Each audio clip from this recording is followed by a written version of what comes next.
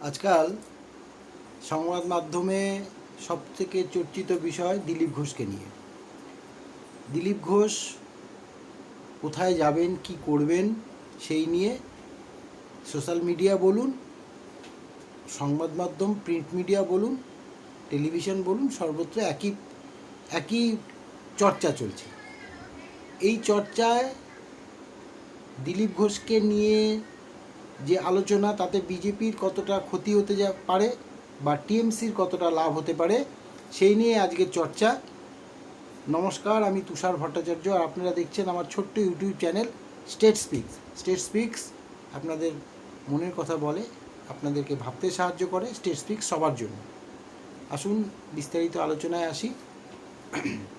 আমরা যদি মোবাইলের সোশ্যাল মিডিয়ার যে কোনো জায়গায় যাই, ইউটিউব বলুন, ফেসবুক বলুন, সর্বত্রই আমরা ঘুরে ফিরে দিলীপ ঘোষ সম্বন্ধে আমরা জানতে পারছি।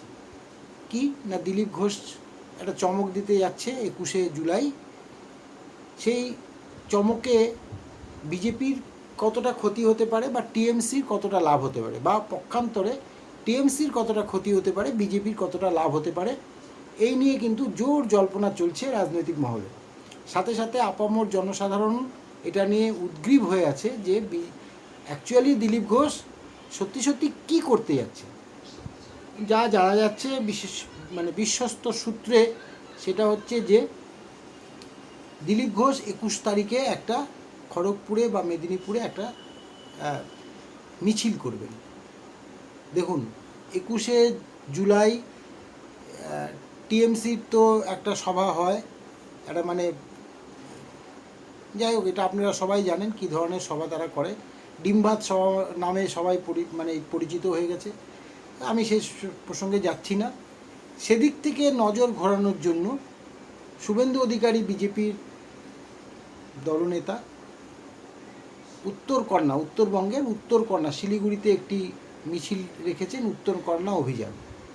তো স্বাভাবিকভাবেই এবার 21শে জুলাইয়ের যে টিএমসির যে ডিমভাত অনুষ্ঠান বা টিএমসির যে বার্ষিক অনুষ্ঠান, সেই অনুষ্ঠানে কিছুটা হলেও ভাটা পড়বে, টিআরপি টার্ন হবে।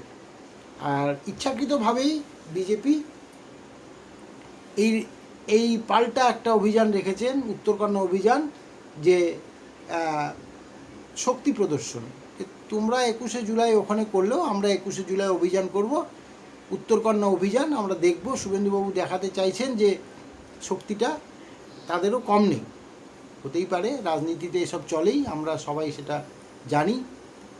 তো আগে এটা হতো না, এই ধরনের বিষয়গুলি ইদানিং আমরা খুব বেশি করে নজরে পড়ছে। শুভেন্দুবাবুর নতুন নতুন মস্তিষ্ক প্রসূত যে জিনিসগুলি অবশ্য দরকার, বিরোধী দলনেতা হিসাবে তার এই জিনিসগুলি দরকার। আমরা যখন মমতা ব্যানার্জি বিরোধী দলনেত্রী ছিলেন বা বিরোধিতা করতেন, তখন কিন্তু তিনি এর থেকেও আরও বেশি জোরালো বিরোধিতায় আমরা তাকে দেখেছি। তো যাই হোক, এই দুটোর পাশাপাশি এই দুটোর পাশাপাশি আমরা যেটা দেখতে পাই সেটা হচ্ছে যে 21শে জুলাই একটা সভা রেখেছেন কে, দিলীপ ঘোষ। মিছিল, তিনি মিছিল করবেন। দেখুন, দিলীপ ঘোষ নিজের দোষেই ব্রাত্য হয়ে গেছেন। আলিপুরদুয়ার থেকে শুরু, আলিপুরদুয়ারে প্রধানমন্ত্রী আসলেন, তাকে ডাকা হয়নি। তখন তার অছিলা ছিল যে উত্তরবঙ্গ, তাই তাকে ডাকা হয়নি।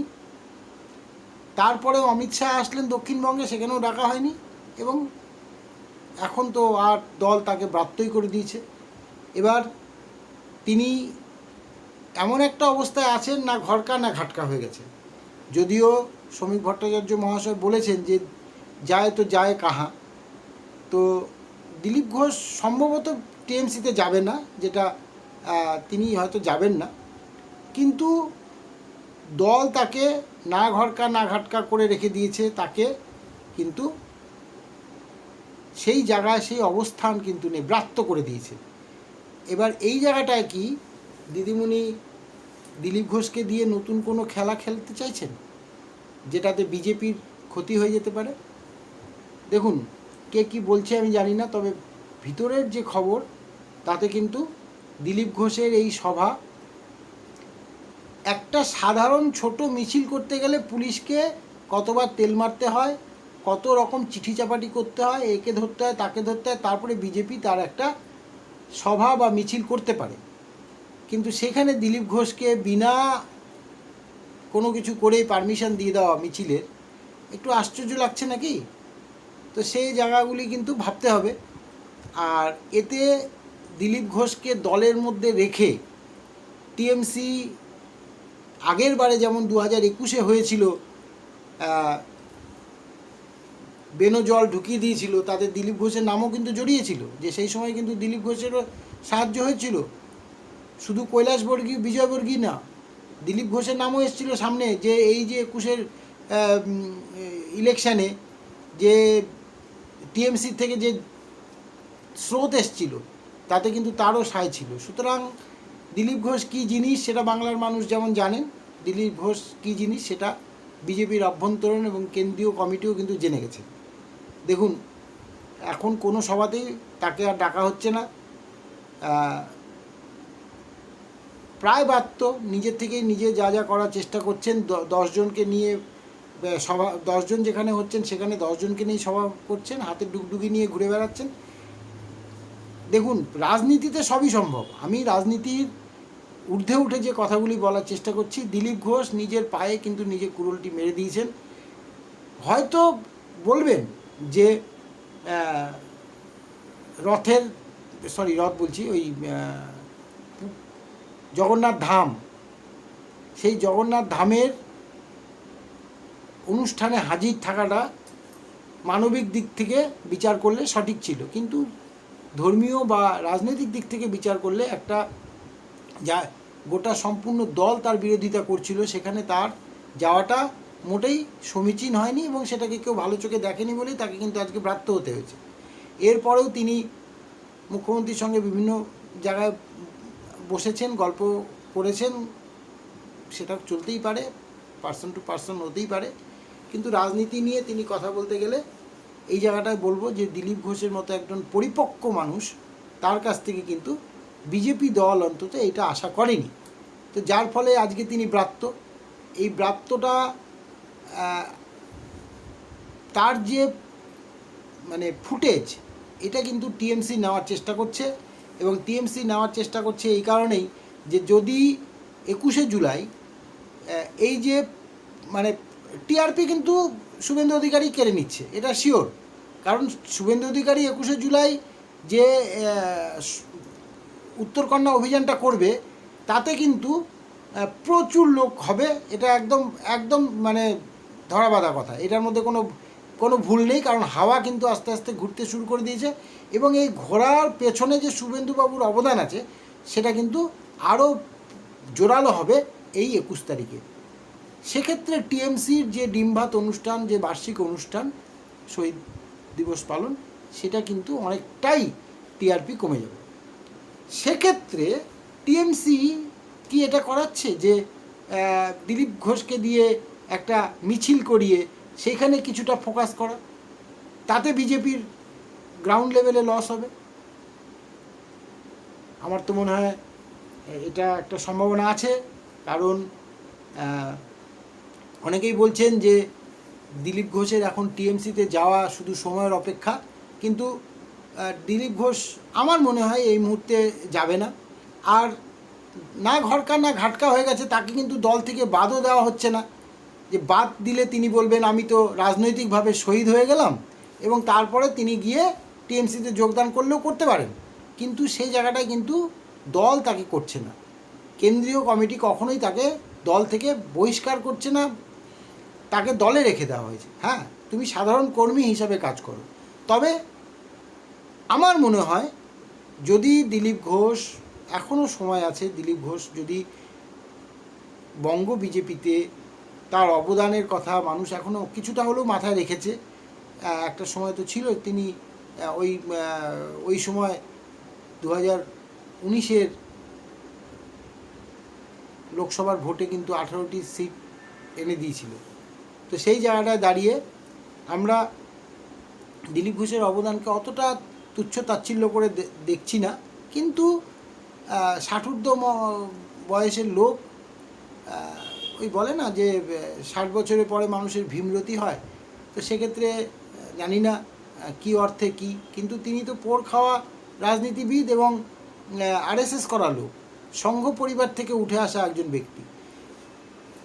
তো বিজেপির অভ্যন্তরে কতটা ফাটল তিনি ধরাতে পারবেন বা ধরানোর চেষ্টা করছেন কি না সেটাও একটা কোশ্চেন মার্ক। কিন্তু হাওয়া কিন্তু অন্যদিকে যাচ্ছে, এটা কিন্তু বোঝা যাচ্ছে যে দিলীপবাবু যে বলছেন যে 21 তারিখে একটা চমক হবে, এই চমকটা কি বিজেপিকে ফাটল ধরানোর চমক, সেটাও আমাদেরকে দেখতে হবে। কিন্তু প্রকৃত অর্থেই শুভেন্দুবাবু 21-এর যে একটা সেই মহারণ, সেটার কিন্তু অনেকটাই এই উত্তরকন্যা অভিযান করে তিনি কিন্তু কেড়ে নিতে চলেছেন। মানে উত্তরকন্যা অভিযানের যে পরিকল্পনাটা নেওয়া হয়েছে সেটাতে কিন্তু তিনি কেড়ে নিতে চলেছেন। দিলীপবাবু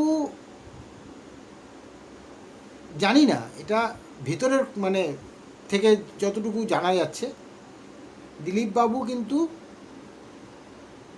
বিজেপি পন্থী লোকদের সঙ্গে থেকেও ঠিক বিজেপি পন্থী কথাবার্তা এখন আর বলছেন না বলেই শোনা যাচ্ছে।